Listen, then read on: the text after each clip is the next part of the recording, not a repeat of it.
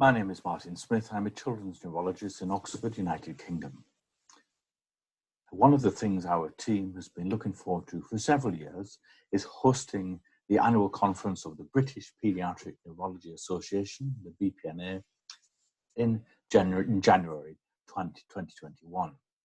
Unfortunately, as things have turned out, we will not be able to welcome friends in person to our beautiful university.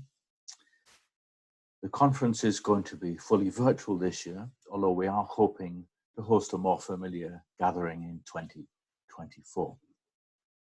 Professor Bernard Dan kindly asked me to write an editorial to tie in with Oxford hosting the BPNA conference. At the time of writing in the autumn, one issue that seemed to hover above all other issues this year, even more than the pandemic and the climate change emergency, was the Black Lives Matter movement. The catalyst, of course, was the murder of George Floyd in May 2020, and we are reminded in the UK of a young man called Stephen Lawrence who lost his own life as an innocent victim of racially motivated street crime. Although events of this nature are tragically not a new or isolated phenomenon, the shockwaves seem to reverberate around the world on this occasion. In Oxford, one particular focus has been the prominence given to the historical figure of Cecil Rhodes, whose legacy includes the famous Oxford University Rhodes Scholarships. His statue, along with those of other prominent figures active in colonialism or the slave trade, were the focus of protests and calls for removal. You may well ask why this article was published in a Child Neurology Journal, and specifically what this has to do with the BPNA. I could point out that there have been and likely persist severe inequality in healthcare for children with neurodevelopmental disorders, depending on their ethnic background. As one example, this American study published in The Lancet in 2002 reveals the age of death for young people with trisomy 21 between 1983 and 1997. During this period of time, the average age of death for white individuals with trisomy 21 rose from just beneath 30 years of age to nearly 50 years of age. At the same time, the average age of death for individuals with trisomy 21, if you were of Black origin, rose from below 10 years of age to the early to mid-20s during the same period.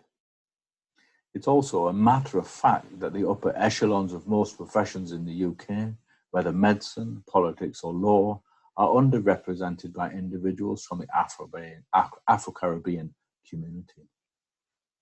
However, this also resonated on a very personal level, and although I do not consider myself consciously racist, I felt I needed to ask whether I could be in any way part of the problem, and in any case, how I could be part of the solution. I was spurred on this journey of reflection by the call of the Reverend Charles Howard, chaplain to the University of Pennsylvania, who said, "I am tired. I live with Black trauma whilst trying to heal it and fight against the forces that cause it. Change in part has come from the Black struggle of the last 400 years in this part of the world, but it has and will also come from white people making this a part of their mission and calling too. Get up and try.